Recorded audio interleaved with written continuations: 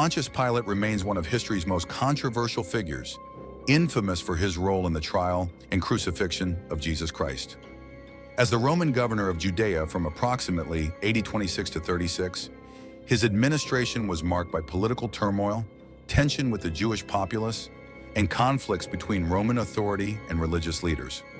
Despite his prominence in biblical accounts, historical records offer varied perspectives on his character and governance. Was he a cruel tyrant, an indecisive official, or merely a Roman bureaucrat navigating the complexities of an occupied province?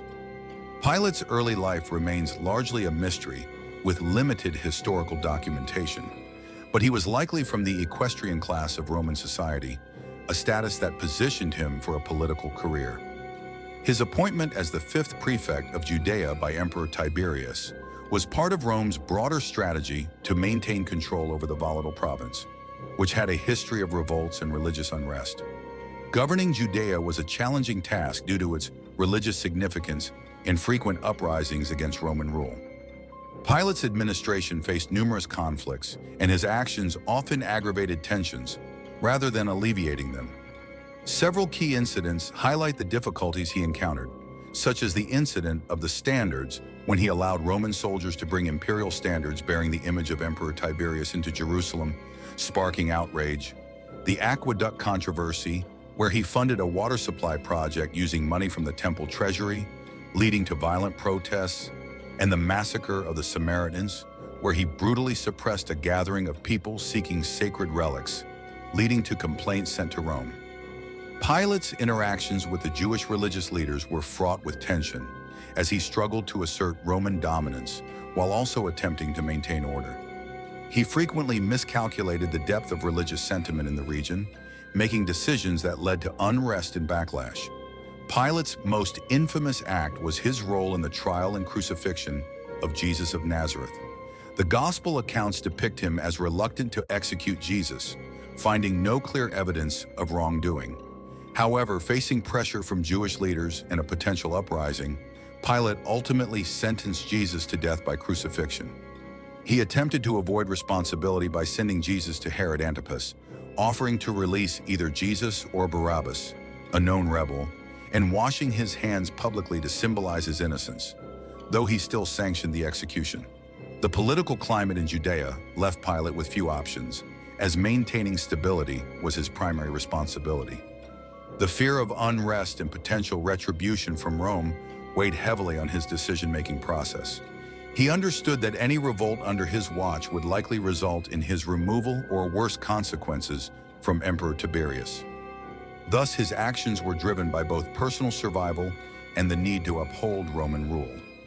Pilate's downfall came around AD 36, when he ordered a violent crackdown on Samaritans, leading to complaints to the Roman governor of Syria, who removed him from office and sent him back to Rome to face Emperor Tiberius. His fate remains uncertain, with some sources claiming he was exiled and committed suicide, while Christian traditions vary, with some portraying him as remorseful and others as unredeemable. In Ethiopian Christianity, Pilate is considered a saint, believed to have converted to Christianity. His final days remain shrouded in mystery, with conflicting accounts of his demise. Some suggest he lived in disgrace, while others claim he sought redemption in his final moments. Pontius Pilate's legacy is complex and debated, with Christian tradition often seeing him as a weak leader who succumbed to political pressure rather than standing for justice. And his name is recited in the Nicene Creed, signifying his role in Christ's passion. Many Christians see Pilate as an instrument in God's divine plan, fulfilling prophecies of the Messiah's suffering, while others see him as a morally weak figure who prioritized political stability over justice. Historians argue he was either excessively cruel, citing extra-biblical accounts of his brutality, or a Roman official caught between the difficult task of governing a rebellious province and the necessity of appeasing Rome. Whether viewed as a villain, a victim of circumstance, or a necessary agent in a divine plan, Pilate's impact on history is undeniable. His administration was filled with episodes of brutality and insensitivity towards Jewish customs, further fueling resentment. Pilate's relationship with the Jewish authorities was often strained, leading to several confrontations. Despite his efforts to maintain control, he frequently underestimated the intensity of Jewish religious sentiments, which led to conflicts that would eventually contribute to his removal.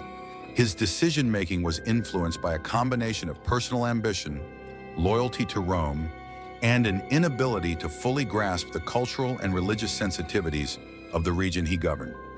The Gospel accounts suggest that Pilate's reluctance to condemn Jesus was not entirely based on justice, but on political expediency, as he feared the consequences of defying the Sanhedrin and the Jewish population that had gathered against Jesus. His infamous washing of hands is often interpreted as a symbolic act of deflecting responsibility, yet history holds him accountable for one of the most significant executions in history. While Christian theology views Pilate as a key player in the fulfillment of divine prophecy, historical analysis suggests that he was a pragmatic yet flawed ruler whose career ended in disgrace. Pilate's name has since become synonymous with moral weakness, political maneuvering, and the fine line between power and responsibility. His story is a reminder of how leaders in volatile political situations often struggle between personal conviction and external pressures, sometimes making decisions with unintended and lasting consequences.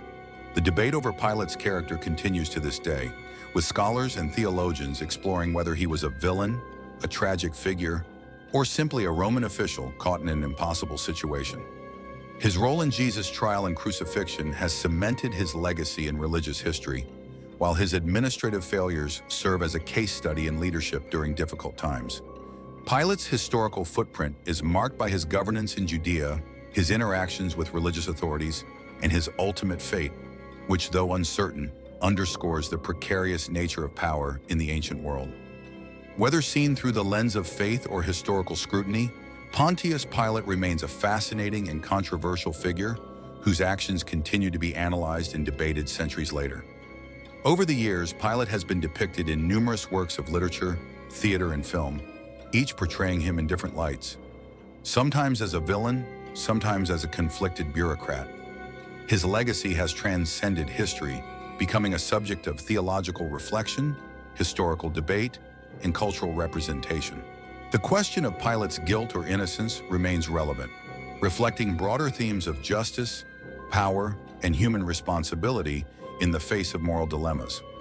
As one of the most debated figures in biblical history, Pilate's story serves as a lesson in governance, ethical decision-making, and the far-reaching consequences of political actions.